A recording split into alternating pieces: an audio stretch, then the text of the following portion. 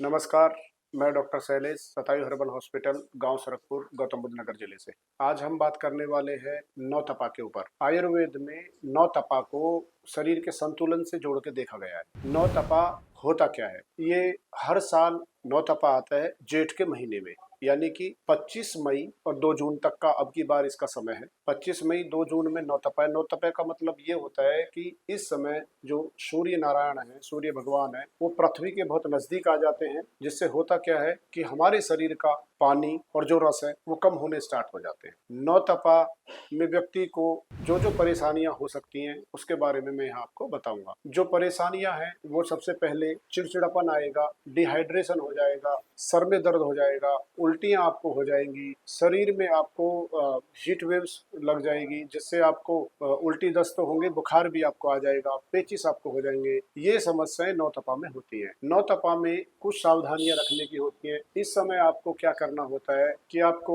गर्मी से यानी कि बहुत ज्यादा तेज धूप से बचना होता है। अगर आप कहीं काम करने भी जा रहे हैं तो आप 10 बजे के बाद और 4 बजे, 10 और 4 के बीच में बिल्कुल ना निकले। 10 तक ही आप जो है जो भी काम बाहर के निपटाने हैं अपने करने हैं वो 10 तक ही करें, शाम को 4 बजे के बाद। एक तो ये रखना है। दूसरा ये रखना है कि इस समय जो है आपको सावधानियां खान पान की है। इसमें आपको आयुर्वेद में जैसे बोला गया है कि मधुर जो रस है उसका सेवन आपको करना है, और जो शीत है यानी कि ठंडा है उसका सेवन करना है। मैं आपको यहाँ बताऊंगा कि नौ तपा जो है इसका वर्णन आयुर्वेद में चरक संहिता और अष्टांग हृदयम में मिलता है। अष्टांग हृदयम जो है वो चरक संहिता का ही एक छोटा रूप है। तो इसमें उन्होंने ये बताया है कि यहाँ शीत और मधुर इन रसों का सेवन करना चाहिए। तो जैसे खान पान की मैं बात करूं अनाज की, तो यहाँ जौ के आटे की रोटी या जौ का सत्तू, चने और जौ के आटे की रोटी या चने का सत्तू, साथ में आपको यहाँ बेलगिरी का जो है शरबत, बेलगिरी मतलब जो बेल पत्थर होता है, पत्थर बेल, उसका जूस पीना है या उसको खाना है। गोंद कतीरा यहाँ आपके लिए बहुत अच्छा रहेगा। साथ में नींबू पानी बहुत अच्छा रहेगा। देसी गाय के दूध की बनी छाछ अच्छी रहेगी। नारियल पानी अच्छा रहेगा।